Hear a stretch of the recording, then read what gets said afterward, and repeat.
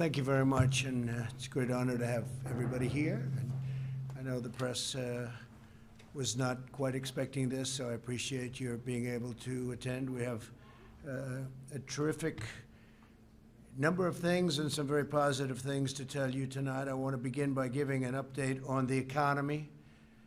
Economic health is vital to public health. That's why our strategy to kill the China virus is focused on protecting those at greatest risk while allowing younger and healthy Americans to safely return to work and safely return to school, very important. We added 1.8 million new jobs in July, exceeding predictions for the third month in a row, and adding a total of over 9.3 million jobs since May. And I will say that the job growth that we've seen over the last 3 months, 9.3 million, is the single greatest three-month period of job creation in American history. That's big stuff. That's big news and great news. Over the past 3 months, the United States has surpassed market expectations by a total of 12 million new jobs.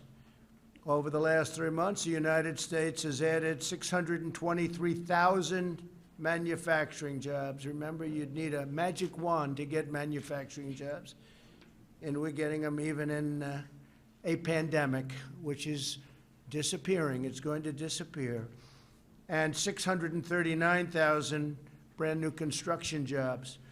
Over half of the new jobs are full-time jobs, and wages are up by 4.8%, which is terrific. Unemployment has fallen by nearly 30% since April. Think of that, 30% since April. Hispanic American unemployment has decreased by nearly 32%. Jobs held by African Americans, which were hit especially hard by the shutdowns, incredibly hard, increased by nearly 1 million over the past 3 months, and that's also a record. That's a job record. African American, 1 million, it's a job record. We must ensure that the progress continues. My administration has enacted over $3 trillion in historic relief since China allowed the virus to infect the world. So we've contributed $3 trillion. My administration continues to work in good faith to reach an agreement with Democrats in Congress that will extend unemployment benefits, provide protections against evictions. A terrible thing happens with evictions, not fair. It wasn't their fault that we were infected with this disease from China. And get relief to American families. Yet tragically, Nancy Pelosi and Chuck Schumer continue to insist on radical left-wing policies that have nothing to do with the China virus, nothing to do with it at all. So you have a virus that comes in, and you have people in Congress that don't want to help our people. If Democrats continue to hold this critical relief hostage, I will act under my authority as president to get Americans the relief they need. And what we're talking about is deferring the payroll tax for a period of months till the end of the year, and I can extend it at a certain period. Hopefully, I will be here to do the job. We're going to do the job. We've been doing a job like nobody could. Nobody would, actually. And so we're going to have the payroll tax go till the end of the year, and it'll be retroactive to July 1st. So we're going to go back to July 1st, and it'll go to the end of the year, payroll tax. At the end of the year, it may be extended. We're going to enhance unemployment benefits through the end of the year. So unemployment benefits will be, that's a big one, will be brought out to the end of the year, and defer student loan payments and forgive interest until further notice. So students who are paying student loans, and in many cases they're not even allowed to go back into their colleges. Extend the eviction moratorium. We will be extending that so people aren't evicted, not their fault. We had a lengthy discussion this morning with President Macron of France concerning numerous subjects, but in particular the catastrophic event which took place in Beirut, Lebanon. Horrible, horrible event. At 3 p.m. this afternoon, I spoke with President Aoun of Lebanon to inform him that 3 large aircraft are on the way, and they're fully loaded with medical supplies, food, water, and many other things. Lots of emergency equipment. Also, first responders, technicians, doctors, and nurses are on their way. This was an event like the world has not seen for a long time. Horrible event. We'll be having a conference call on Sunday with President Macron, leaders of Lebanon, and leaders from various parts of the world. Everyone wants to help. We spoke to a lot of people. They all want to help. The United States is with authorities on the ground right now in Lebanon to identify further health and humanitarian needs, and we will provide further assistance in the period to come. We're working very closely with their government and with their leaders. And on behalf of the United States, I want to extend our condolences to all of the families, a much larger number of families than anybody would have thought and than anybody at first thought. But all of those families who lost loved ones, relatives, friends in this horrible tragedy, we stand firmly with the people of Lebanon and will continue to offer our full support through this very difficult time. We have not seen anything like this in a long time. As you know, earlier this week, I met with American workers at the Tennessee Valley Authority who have been laid off by the leadership at the Tennessee Valley Authority. As you know, this is a form of utility. It's been around for a long time, since FDR. And the head person, not controlled by government, but it's sort of semi-public in a sense, gets paid the highest salary in the world of government. He gets $8 million a year. That's not a bad amount of money. It's $8 million a year, and we are not accepting that, even though we're not the ones that appoint him or her, but in this case him. We're not accepting somebody getting paid $8 million a year. This has been going on for many years. And we will do something about that, and we're already in negotiations right now, including possible termination. They and hundreds of their fellow American tech workers, the workers at the TVA, were being terminated from their positions on top of all of this, and on top of the $8 million salary, and a chief of staff who makes much more than $1 million a year. But on top of all that, they were being terminated from their positions, these incredible people, in order to train the lower-cost foreign workers imported to replace them. How's that for a law? And this was set up originally to create jobs and economic development. And now they're getting fired, and they're supposed to train people for who get a much lower salary. It's crazy. This was a grave injustice. I fired the chairman of the board in response. On Friday, I fired the chairman of the board, along with one other board member. That's the one thing we have. We have the right to fire board members. And I made it clear that if they did not swiftly reverse course, I would continue with these firings of the board members. And we just were informed that they have agreed to change course totally. And today I'm proud to announce that a major victory for the workers of Tennessee and Kentucky and other areas that are covered, great states, that the leadership of the TVA has canceled all of the layoffs and given hundreds of American workers their jobs back. They're being rehired as we speak. In this administration, we live by 2 rules: buy American and hire American. You can't do that. Can't fire all our workers and hire people back from other faraway parts of the world at lower prices, especially when they have to train the people, and they can never train them as good as what you have because they've been there for many years. They've done a fantastic job, and they love the TVA. We had a lot of people in the office the other day. A lot of the media was covering it. They love the Tennessee Valley Authority. So, and they're so proud to work for it, but this happened, and it was a terrible thing. So now they're going to get their jobs back. They're all going to be getting their jobs back. Nearly every nation on earth continues to combat the virus. A number of countries are seeing a surge in new cases, including Japan, the Philippines, major parts of Europe. Cases continue to surge in Latin America. It's right now the most infected place anywhere in the world.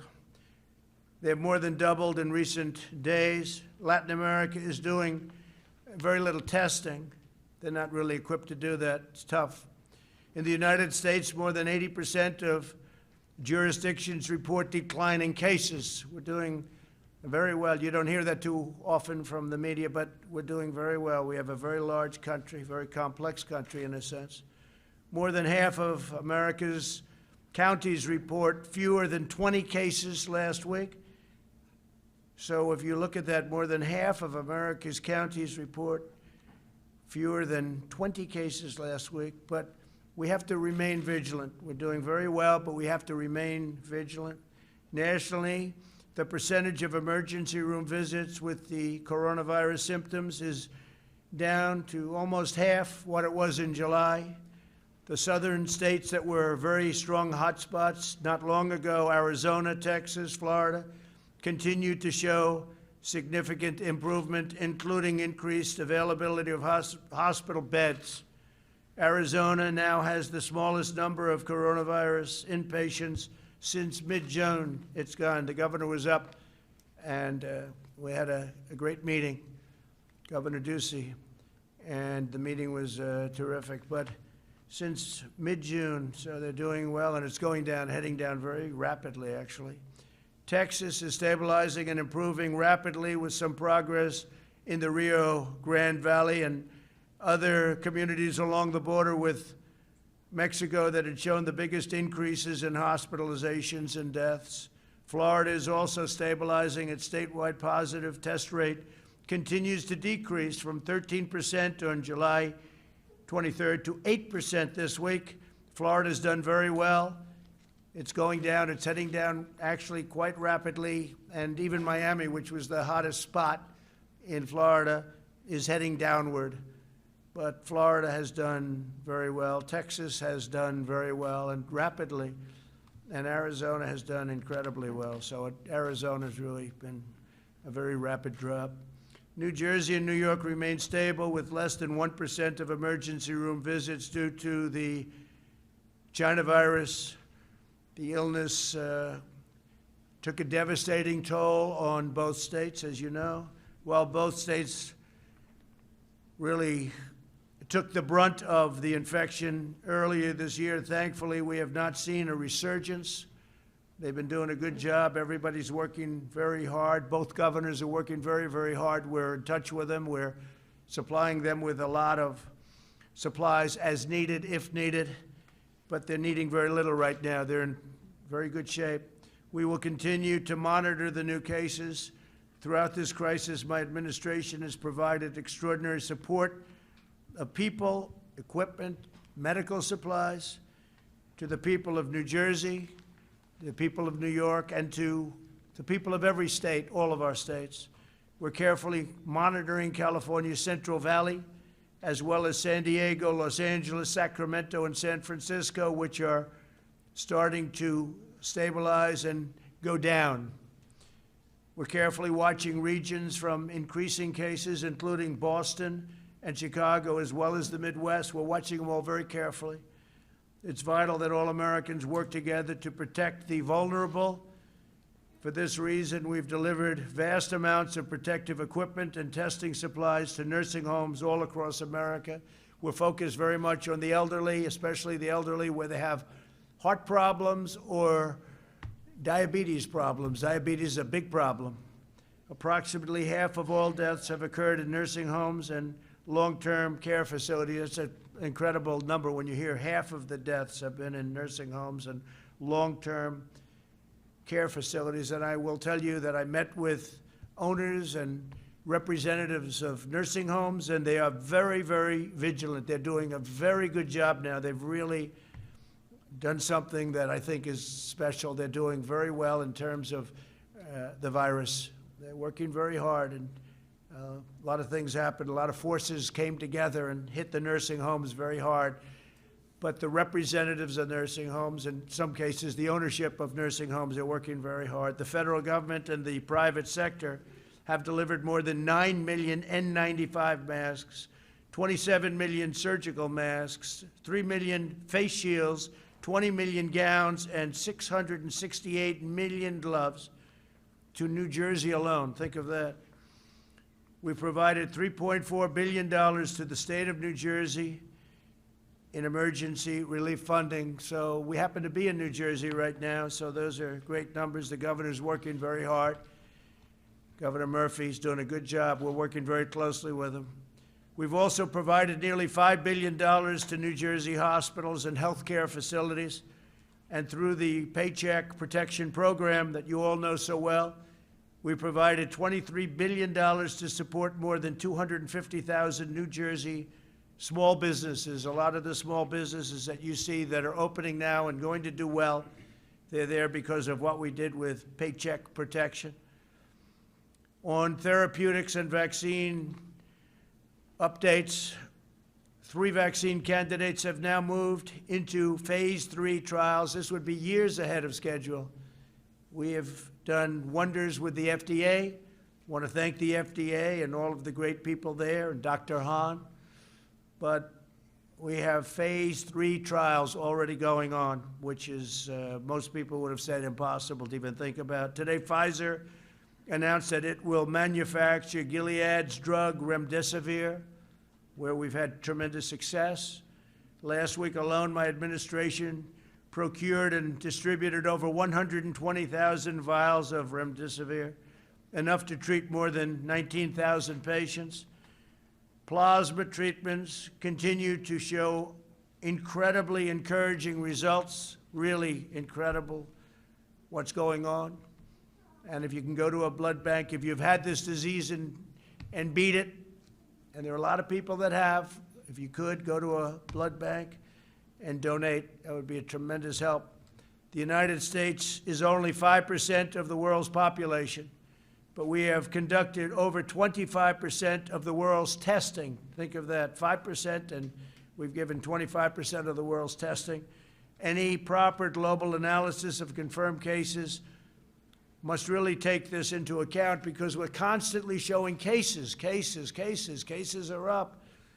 Well, the reason cases are up because we're doing, one of the reasons, we're doing a lot of testing. We're doing much more testing than anyone else. Close to 65 million tests, where other countries have done very little testing. They'll test people if they get sick. They'll test people if they go into the hospital. They'll test certain people. We're doing tremendous testing. And we're especially doing big testing at the nursing homes. Over the last week, the testing turnaround times have declined significantly as our major commercial labs have begun pooling samples. And we've also been able to send out many more of the tests, which are the 5-minute to 15-minute result tests. Testing samples from multiple patients in one batch is also something that we're very focused on and doing, but in the not-too-distant future, we'll have so many tests where it's a quick test. They call it a quick test, 5 minutes to 15 minutes. So we won't even have to worry too much about the process of sending and receiving. Because if you figure it takes a day to send and a day to receive, and let's say a day at the laboratory, that's 3 days right there. And the other tests, you can have them in 5 to 15 minutes. Over the next 2 weeks, I'll be pursuing a major executive order requiring health insurance companies to cover all pre-existing conditions for all customers. That's a big thing.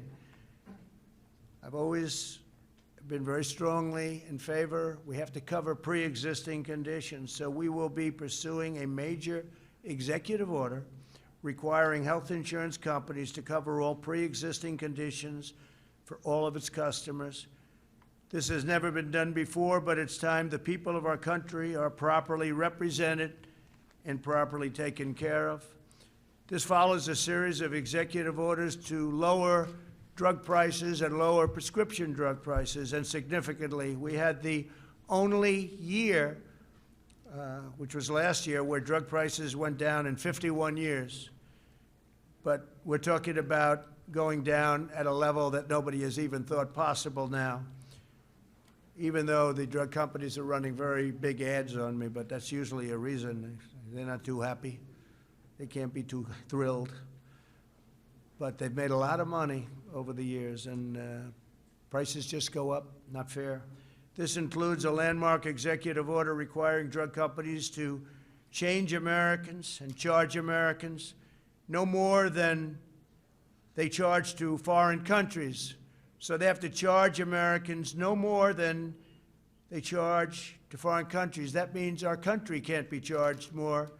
So if Germany gets drugs at a very small or low price, and we're paying many times that price in the United States because we pay for all of the research, the development, the promotion, and other things, we will get what's called a favored nations clause we're going to have. And I signed a favored nations clause so that the United States, which is the #1 purchaser of drugs by far in the world, biggest purchaser in the world, not even close.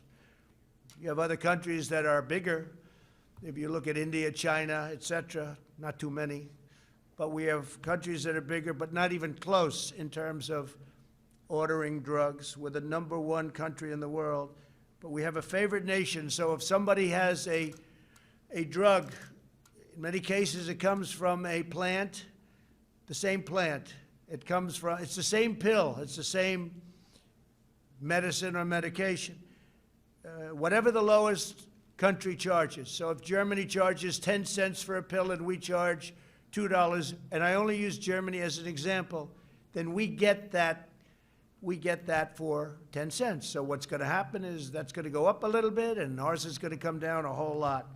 So it's favored nations, and I will tell you that Big Pharma is not happy. For too long, we've been forced to subsidize cheaper drug prices in foreign countries. We've subsidized them to a level that nobody can believe. Nobody talked about it. Everybody wondered, how come every president that runs for office says they're going to lower drug prices, and they never do. They go through the right roof. Over the last administration, they went up like skyrocketing. That's Biden. Biden's not going to be able to do it. He has no clue. So what's happening is we are going to be working to get rid of all the subsidy to foreign lands, and we're going to give essentially all of the benefit that, frankly, they have as great negotiators. Those benefits are going to go to our people. So it's called a favored nations clause, and you can look it up and you can see, and nobody's had the courage to institute it, to call it, because it's a very big step. But it's something that is going to drive drug prices down 50, 60, maybe even 70%. Talking about numbers that are unbelievable. I also signed an executive order stopping middlemen from taking advantage of Medicare patients by charging higher prices to them and pocketing the discounts for themselves. These are some of the richest people in the world. Everyone talked about middlemen. I've heard about them for years on prescription drug prices. Middlemen. I guess you'd have to say, to be politically correct, middlemen and women. But you never heard the middle woman before. You heard middlemen. That's the term. And, you know, say what you want about the drug companies, but at least the drug companies produce a product. They produce the pill. They produce the medicine, the medication. But these people make billions and billions of dollars. I don't know who they are, but they're very rich. But they won't be so rich anymore. This executive order requires these $30 billion in discounts to go straight to the American patients. So the middleman's going to be knocked out, and I'm going to lose a lot of friends, even though I have no idea who these people are. On opioids, I'm pleased to announce that my administration invested an additional $100 million to fight the opioid crisis in rural America. In the midst of the China virus pandemic, we also keep fighting to end the opioid epidemic, and we've done very well. It was prior to the virus, we were down 18, 19, and 20%. But when you think about it, that means that you have 80%, and that's not acceptable. The wall is going up. We have 276 miles of wall. It's having a tremendous impact on drugs coming into our country already.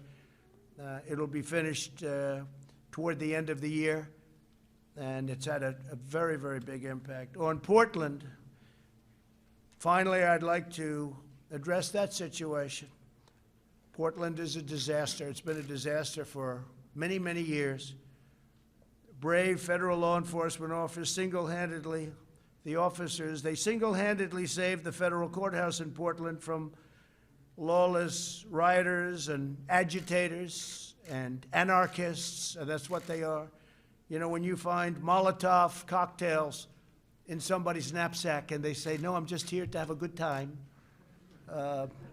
these are really sick, disturbed people. The disgraced mayor of the city has ordered the police to stand down in the face of rioters, leaving his citizens at the mercy of this mob. He was at the mercy of the mob, too. If you saw him go out there the other day, it was terrible. He went out there and they wanted to rip him apart. But fortunately, he had 5 people with him, called security. Mayor Wheeler has abdicated his duty and surrendered his city to the mob. As a result, the mob descended upon a police precinct and tried to burn it down, tear it down, rip it down, an act of attempted murder. Left-wing violent extremism poses an increasing threat to our country, and we stop it. You have no idea how much we stop, but it's an ideology we have to stop. When you commit arson, this is a quote from the mayor. He's come a long way, just made this quote. When you commit arson with an accelerant in the attempt to burn down a building that is occupied by people who have intentionally been trapped inside, you're not a demonstrator or you're not demonstrating, said Mayor Whelan. You are attempting to commit murder. That's come a long way. He's come a long way when he made that statement. What you're seeing in Portland is the radical left's agenda in action. Portland is their roadmap for America. If the radical left gets in and they treat Joe Biden as a puppet, he's merely a puppet.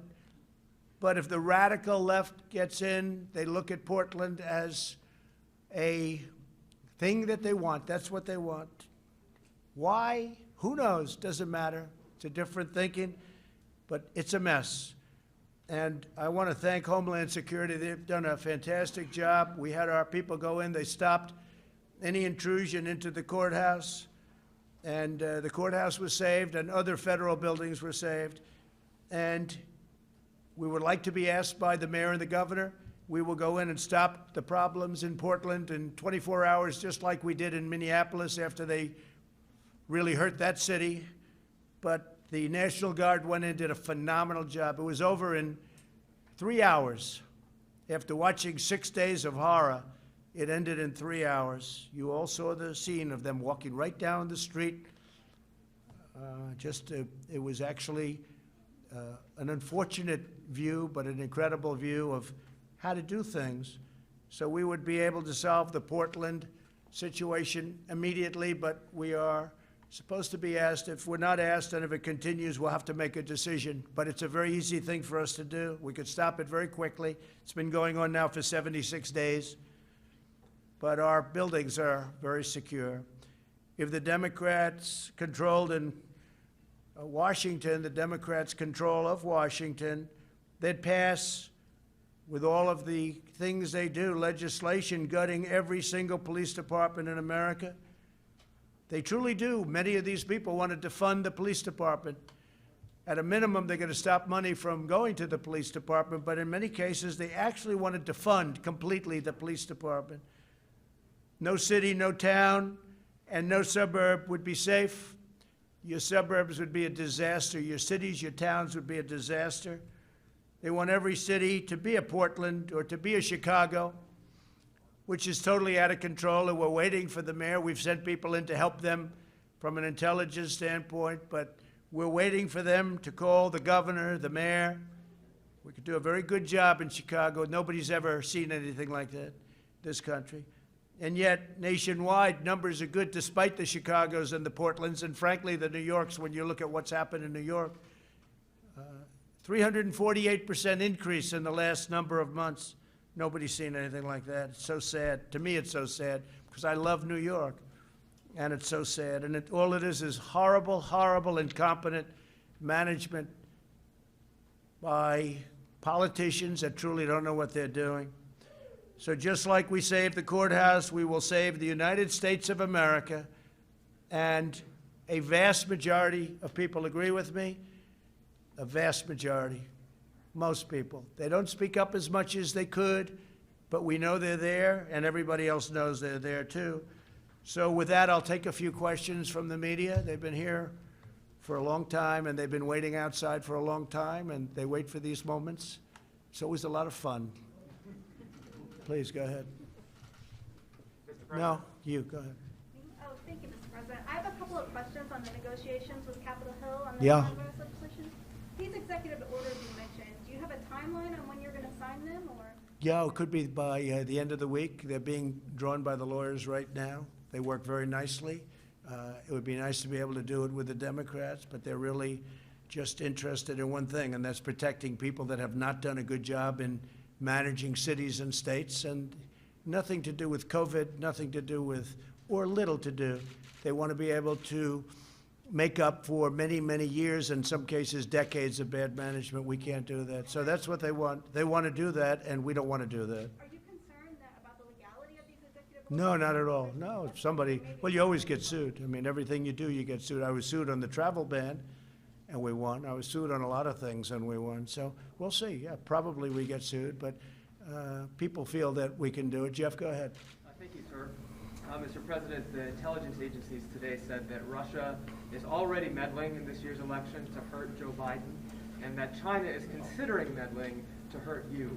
Do you believe that intelligence, and what do you plan to do about it? It could be. I mean, I could be very much. I think that the last person Russia wants to see in office is Donald Trump, because nobody's been tougher on Russia than I have ever. That's not what the intelligence is. Well, I don't care what anybody says. Nobody with any common sense would say, do it. Look at what we've done with our military. Look at what we've done in exposing the pipeline with billions of dollars going to Russia. Look at all of the things we've done with NATO, where I've raised $130 billion a year from countries that were delinquent, and now they're paying all of this money. And the 130, by the way, $130 billion, not million, billion, goes to $400 billion over a few years. And that's all money to protect against Russia. China would love us to have an election where Donald Trump lost to Sleepy Joe Biden. They would dream. They would own our country. If Joe Biden was president, China would own our country. And you said another country. What was the third country? No, just those two. No, you didn't say that in the report. The report said Iran also, but you didn't say that. I didn't. Iran would love to see me. Iran would love to see me not be president. And I'll make this statement. If and when we win, we will make deals with Iran very quickly. We'll make deals with North Korea very quickly. And whatever happened to the war in North Korea, you haven't seen that, have you? If I didn't win the election in 2016, our country would now be, maybe it would be over by now, but in war with North Korea. Everybody said, oh, Trump will get us in war. No, just the opposite. And we actually have a relationship with North Korea, which is something that was never established by the previous administration. You would have been in war with North Korea, and it would have been a very bad war. So North Korea, whether you look at Iran, every one of them will make a deal with us very quickly. Iran is dying to make a deal, but they want to see, because they'd much rather make a deal with Biden, because if they make a deal with the United States, if China makes a deal with the United States with Biden in charge, they would own our country. Look what I've done. I've taken billions, tens of billions of dollars from China. China was having the worst year they've had in 67 years, and we were having the best year we've ever had. With big tax cuts, with big regulation cuts, we've rebuilt our military. We became independent in terms of energy. We're the energy leader of the world. We were having the best year we've ever had. By the way, African American, Asian American, Hispanic American unemployment numbers, the best in the history of our country. All things, and many other groups too, including women, including high school diploma, no high school diploma, college diploma. Everybody was doing better. The last thing that Russia wants, and China wants, and Iran wants, would be for Donald Trump to win. Yes, please, go Just to ahead. follow up, what do you plan to do about that interference, sir? Well, we're going to look at it very closely. You're telling me that this came out a little while ago, and I've heard that it came out. It came out just a little while ago, and we're going to look at that very closely. But you started off with Russia. Why don't you start off with China? Do you think China's maybe a bigger threat? I mean, I think maybe it is. I mean, you'll have to figure it out. But we're going to watch all of them. We have to be very careful. The biggest risk that we have is mail-in ballots, because with the mail-in ballots, called universal mail-in ballots, it is a much easier thing for a foreign power, whether it's Russia, China, Iran, North Korea, many others, people, countries you wouldn't expect. It's much easier for them to forge ballots and send them in. It's much easier for them to cheat with universal mail-in ballots. So I think one of the things we'll have to look at is exactly that. But that's a big problem. That's a big problem. You saw in New York, they called the winner, but they have no idea what the vote is. Please, go ahead. Mr. President, we've watched these negotiations go on for weeks. Do you think if you had been more directly involved, we would be in a different position? No, I'm totally today? involved. No, they call me all the time. They tell me how they're doing with Nancy and Chuck. But in my opinion, they're just using it as an excuse to try and, Chuck Schumer came out with a strong statement today that you have to get back into school because it's good for the economy. But he doesn't do it. He doesn't practice what he preaches. No, my people, Steve Mnuchin and our wonderful chief of staff, Mark Meadows, they're constantly on the phone with me. I'm totally involved with it. And we are going to do it in a way that's just much easier. We gave them their chance, but they view it as an election enhancement. You talk about foreign countries cheating on the election. Well, the Democrats are cheating on the election because that's exactly what they're doing. If you look at what they're doing, even with these negotiations, that's an influence and an unfair influence on an election. But we're going to win anyway. Yeah, please, go ahead. When was the last time you spoke to Speaker Pelosi, though? We're at this historic moment. Why haven't you spoken to her? We'll see. We'll see what happens. But right now, they're not ready. And they're not ready because, frankly, I don't think they care about people. I think they care about their politicians that have done a terrible job running the cities and states, Democrat cities and states, that are bleeding money, that have been so badly run. You take a look at Baltimore, and you take a look at so many different cities, including the ones I've already mentioned. Take a look at what's going on. And they want lots of money to keep it going. For many years, they've been bad. So all I'm doing is we're having it out. We're finally having it out. Yeah, please. Mr. President, if you go ahead on your own on unemployment insurance, I'm wondering both where you're going to get the money to pay for that without Congress, and will people still get $600 Yeah, a week? we have the money. We have the money. They'll still get $600 Yeah. a week? I won't say that yet. You'll see that when it happens, but we have the money. Will you say what number? We have it, Justin. We have plenty of money. Yeah, please go ahead. Thank you, Mr. President. You said that the pandemic is disappearing, but we lost 6,000 Americans this week. And just in this room, you have dozens of people. You're not following the guidelines in New Jersey, which say you should not have. No, they don't have to. This is a political activity. You're wrong on that because it's a political activity. They have exceptions, political activity, and it's also a peaceful protest. So when you have, and as you know, they asked if they could be. A number of, and to me, they look like they all have, pretty much all have masks on. But, you have an exclusion in the law. It says peaceful protest or political activity, right? In fact, specifically, yeah, it says exactly political activity or peaceful protest. And you could call it political activity, but I'd call it peaceful protest because they heard you were coming up. And they know the news is fake. They understand it better than anybody. And they asked whether or not they can be here. Like the question about Russia, he doesn't mention Iran was in the report. He doesn't mention, or he mentions very late that China was in the report, because that's the way they are. They're not. If the press in this country were honest, it wasn't corrupt, if it wasn't fake, our country would be so much further ahead, but we're doing really great. Thank you all very much. Thank you very much.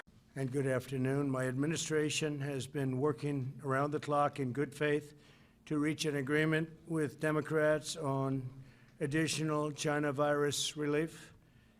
Already, my administration has enacted over $3 trillion in historic relief, saving many tens of millions of dollars in jobs. And you see how fast the economy is coming back. It does look like it's going to be a very sharp V.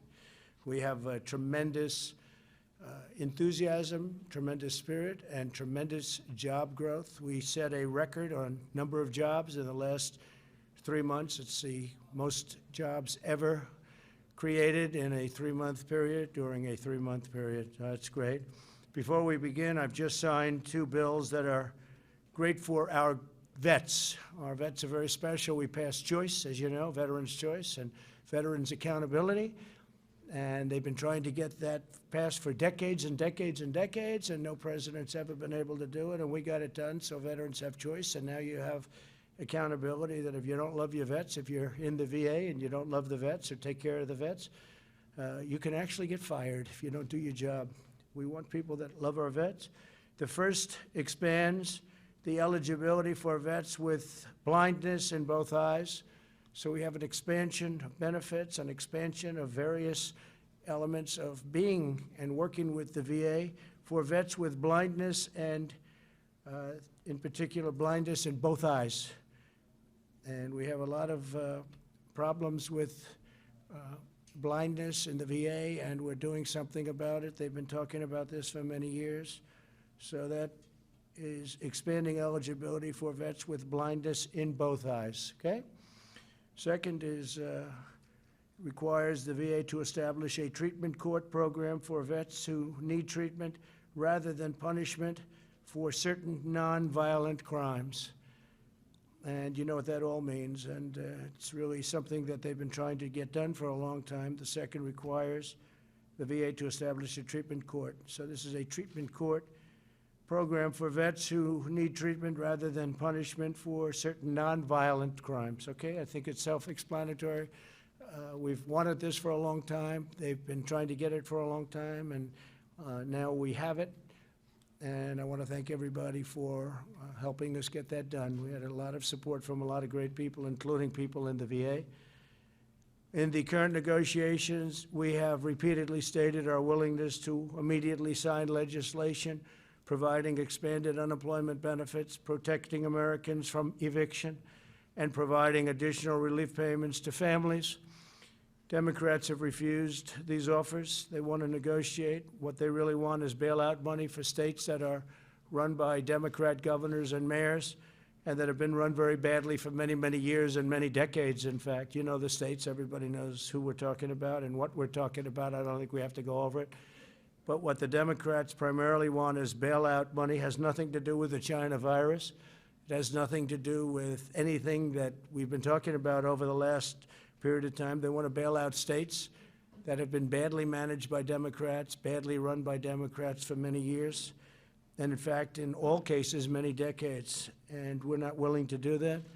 Nancy Pelosi and Chuck Schumer have chosen to hold this vital assistance hostage on behalf of very extreme partisan demands and the radical left Democrats, and we just can't do that. So hopefully we can do something with them at a later date, but we're going to be signing some bills in a little while that are going to be very important and will take care of pretty much this entire situation as we know it and as you have been covering it, and in some cases actually covering it accurately.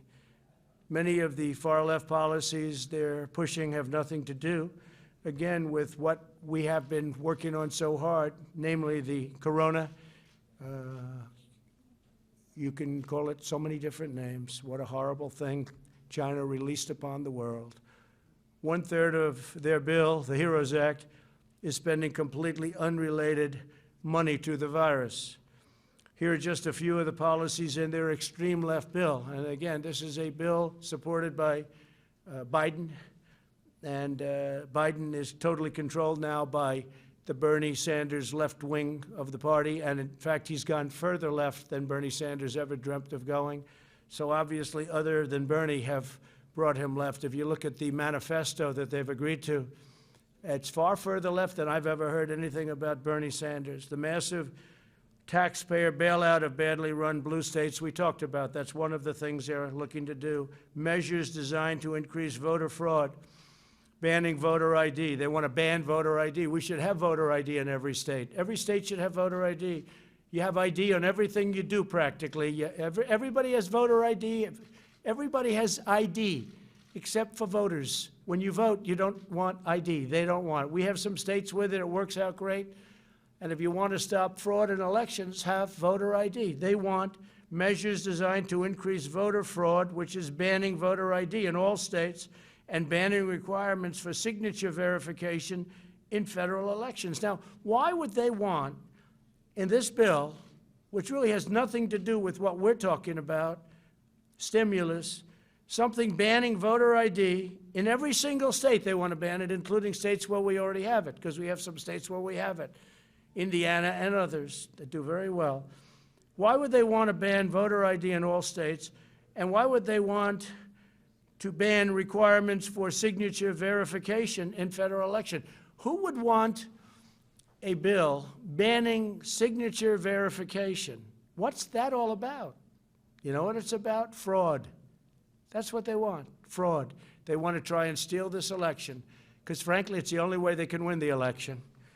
The bill also requires all states to do universal mail-in balloting, which nobody's prepared for, regardless of whether or not they have the infrastructure. They want to steal an election. That's all this is all about. They want to steal the election.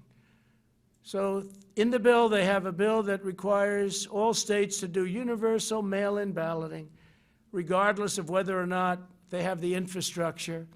Like in Nevada, it's such a disaster. Their infrastructure is a total disaster. They don't want to have signature verification.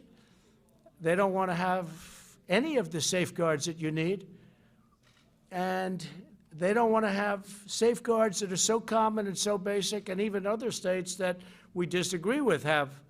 This Nevada thing is a mess, but we'll see how the courts determine what the courts determine. But they certainly don't have the infrastructure in Nevada. So we'll see how it is. As you know, we brought suit last week, and we'll see how that all works out. I think we're going to win it. But basically what they're trying to do with all of these requirements, including no signature verification, they're trying to steal an election. And I was in Ohio, I was in Texas, I was in Florida over the last 4 or 5 days, and if you would see the crowds along the highways and the roadways, people have said they've never seen anything like it.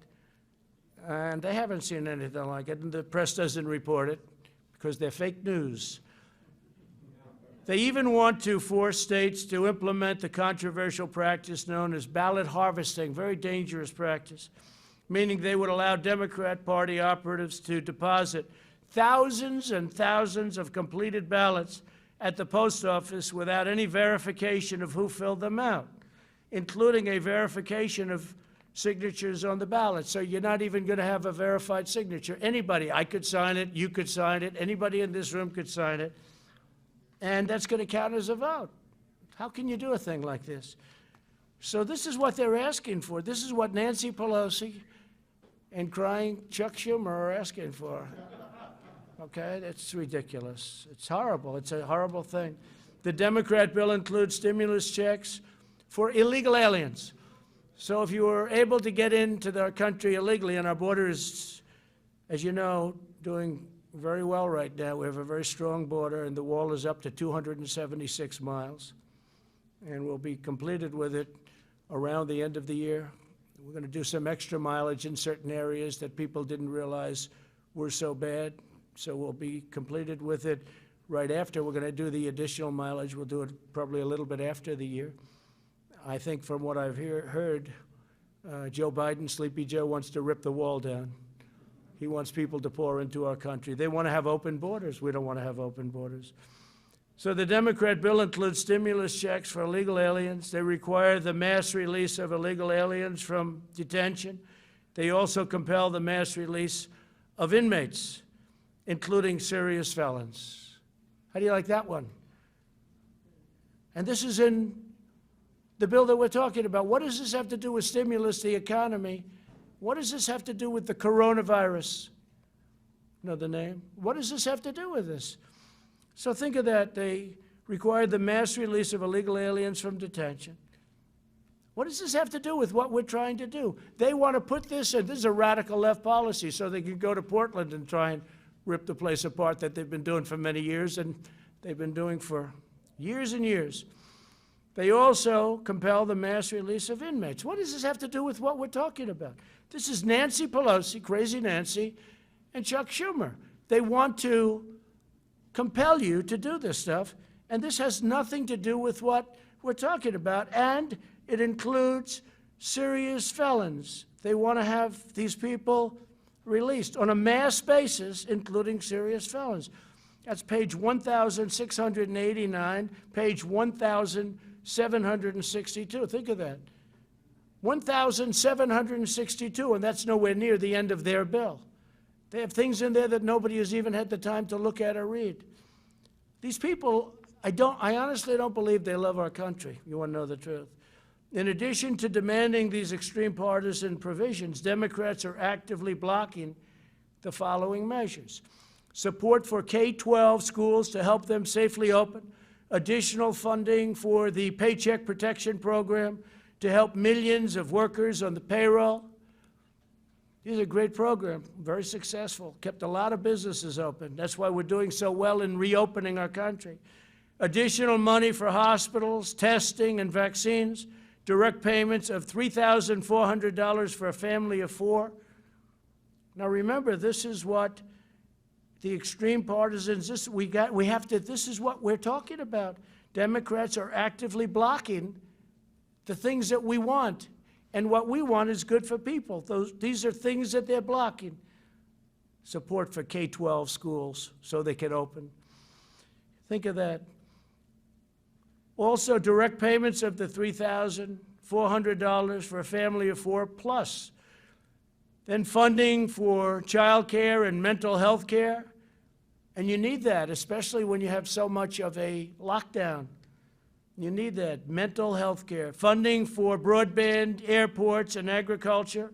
Rental assistance, and support for community banks and credit unions to help them provide $100 billion in loans to the hardest hit communities, including rural communities and farmers. They don't want anybody to get that.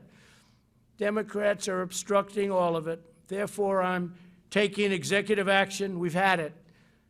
And we're going to save American jobs and provide relief to the American workers, and I'll be signing these bills in a very short period of time. First one is I'm providing a payroll tax holiday to Americans earning less than $100,000 per year. In a few moments, I will sign a directive instructing the Treasury Department to allow employers to defer payment of the employee portion of certain payroll taxes from September 1st, and we're actually going to be making that. We just got the word. We're just getting some word from a lot of people. We didn't think we'd have to do this because we thought the Democrats would be reasonable, but they've been not only unreasonable, they've been ridiculous. So we're going to make that August 1st, most likely. It'll be August 1st. We'll let you know the exact date, but we're looking like August 1st. So it'll be August 1st through the end of 2020. This will mean bigger paychecks for working families as we race to produce a vaccine and eradicate the China virus once and for all. And we're doing very good with the numbers. You see it's going down in Arizona very, very substantially and rapidly, going down in California, going down in Texas, going down in Florida. Other areas are propping up a little bit, but we're watching them very closely. We understand the disease, and we're watching them very closely, especially our senior citizens and our senior citizens' residences. If I'm victorious on November 3rd, I plan to forgive these taxes and make permanent cuts to the payroll tax. I'm going to make them all permanent. Now, Joe Biden and the Democrats may not want that. They don't want that because they're adding $3 trillion in taxes. So they'll have the option of raising everybody's taxes and taking this away. But if I win, I may extend and terminate. In other words, I'll extend it beyond the end of the year and terminate the tax. And so we'll see what happens. Biden probably won't be doing that. You'll have to ask him. I don't think he knows what he's doing. Second, I'm signing an executive order directing the Department of Housing and Urban Development, HHS, and CDC to make sure renters and homeowners can stay in their homes. So I'm protecting people from eviction. Yet you've been hearing a lot about eviction, and the Democrats don't want to do anything having to do with protecting people from eviction. I said, let's do that separately. That could be a totally separate thing from passing along money so people can live. And they didn't even want to protect people from eviction, so they would get evicted. It's not their fault that this virus came into our country. It's China's fault, and came into the world. By the way, a lot of the people, a lot of the states that were doing the best are having some problems. A lot of the states that we weren't thinking were doing the best are doing very well. You look at some of the countries involved, some of the countries that were really standing out as examples are now exploding, but they'll get it down. They understand it. We're dealing with them. We're dealing with a lot of countries. We're providing thousands and thousands of ventilators all over the world right now. We make a lot of ventilators. We've started off with very little, and we're making a lot. And we have thousands in our stockpile, but we're making thousands a month, and we're providing many of them, thousands and thousands, to other countries that would never be able to get them. The Department of Housing and Urban Development will also provide financial assistance to struggling renters and homeowners and work with landlords and lenders to keep Americans safely in their homes. So we don't want people being evicted, and the bill, the act that I'm signing, will solve that problem largely, hopefully completely. The third action I'm taking today will also provide additional support for Americans who are unemployed due to the China virus. Under the CARES Act, I proudly signed expanded unemployment benefits into law. Congressional Democrats have stonewalled our efforts to extend this relief. They even opposed measures that would give bonuses to workers returning to the job. They were totally opposed to that. For this reason, I'm taking action to provide an additional or an extra $400 per week in expanded benefits, $400, okay? So that's generous, but we want to take care of our people. Again, it wasn't their fault, it was China's fault. States will be asked to cover 25% of the cost using existing funding, such as the tens of billions of dollars available to them through the Coronavirus Relief Fund. Under this plan, states will be able to offer greater benefits if they so choose, and the federal government will cover 75% of the cost. So we're all set up. It's $400 per week, and we're doing that without the Democrats. We should have been able to do it very easily with them, but they want all of these additional things that have nothing to do with helping people. Fourth, I'm signing a directive providing relief to student loan borrowers. Earlier this year, we slashed student loan interest rates to zero. I don't know if people know that because the press doesn't ever report it, but maybe they're watching now. The press doesn't report a lot of good things that are good for the people and good for the country. Earlier this year, we slashed student loans, interest rates to 0%, and suspended student loan payments, and Congress extended that policy through September 30th. Today, I'm extending this policy through the end of the year, and we'll extend it further than that, most likely right after December 1st. So we look like we're going to be extending that. They're paying zero interest. And again, not their fault that their colleges are closed down, and not their fault that they're unable to get what they bargained for. Through these four actions, my administration will provide immediate and vital relief to Americans struggling in this difficult time. And the beautiful thing about this difficult time is we're now coming back and setting records.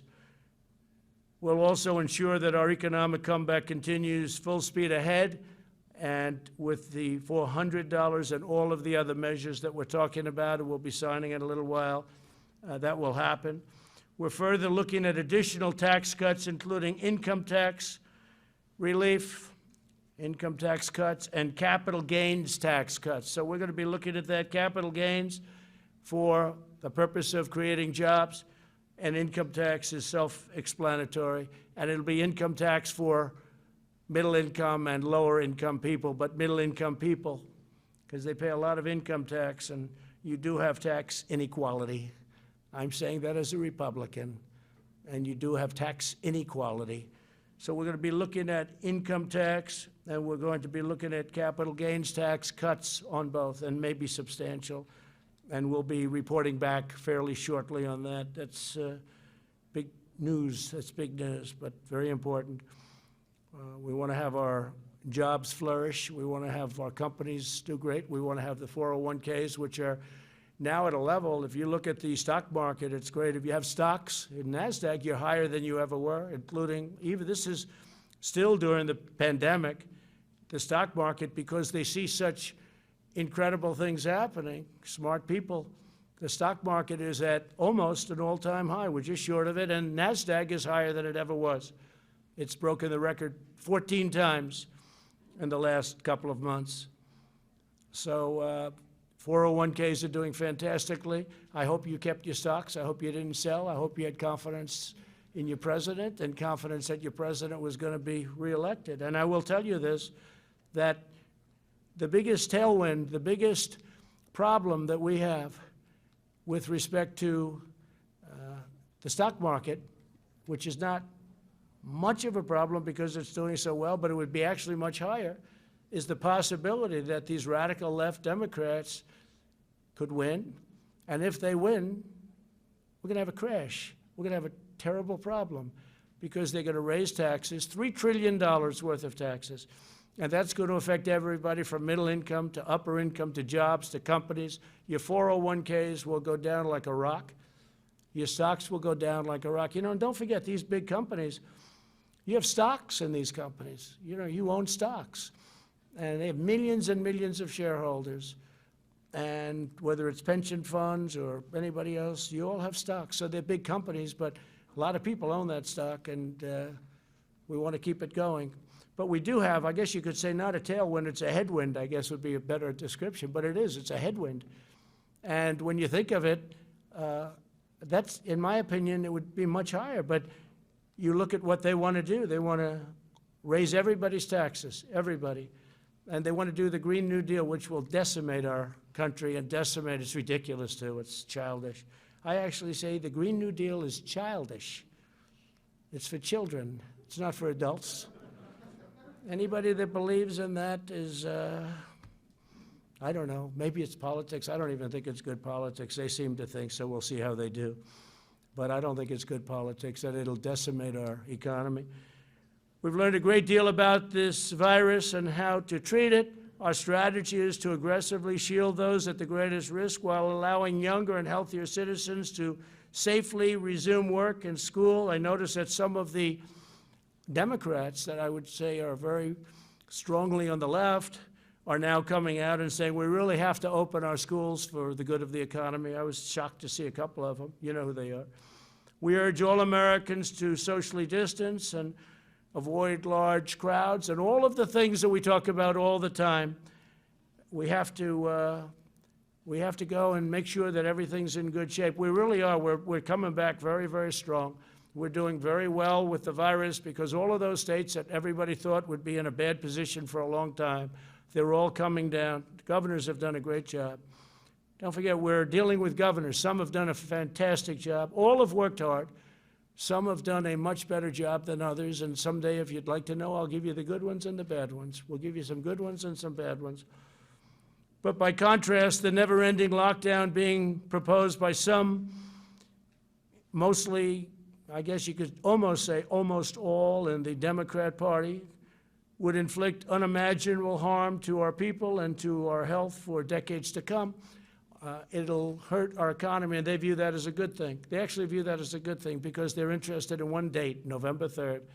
And I actually think it's bad politics, and I think they're starting to come along because I'm seeing more and more people want to open up, and you see the devastating results of lockdowns too.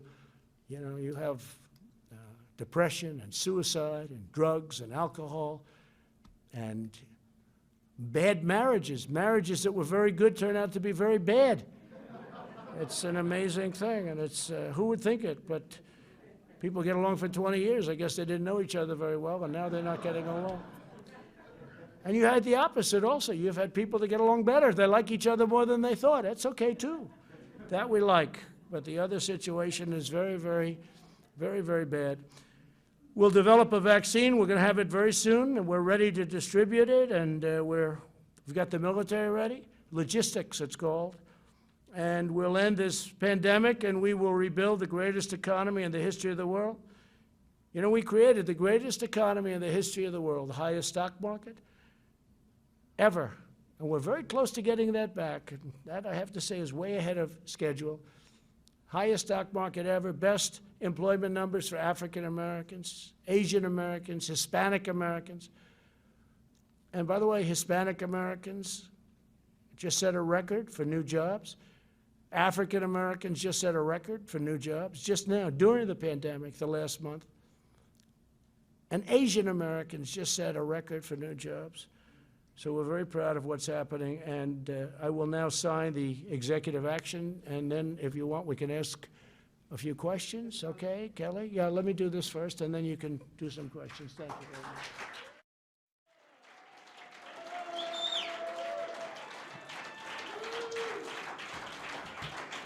Okay, good. Okay, so this is for the authorization of other needs and assistance program, major disasters declaration related to the coronavirus disease.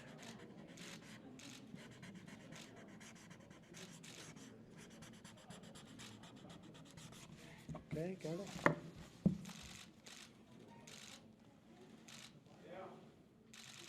Okay.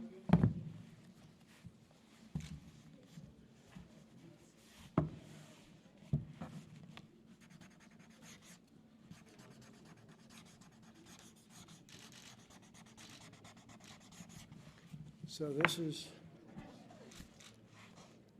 authority invested in me. This is the payment relief during the COVID-19 pandemic.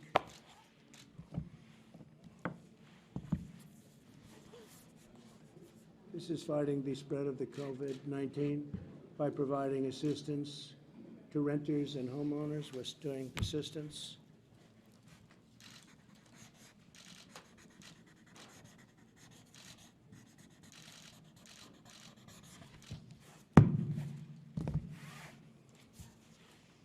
And this is deferral payroll tax obligations. So this is your payroll tax obligations, which we're going to end up terminating eventually, right?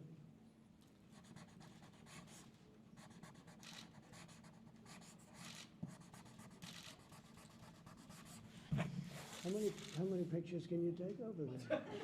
I mean, you're taking hundreds of pictures? What are you doing? Okay.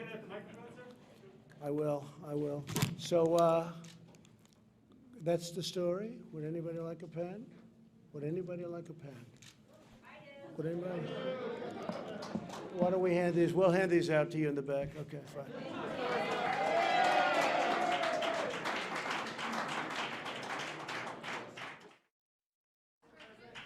Yes, please. Yes, sir. Can we start with the $400, sir?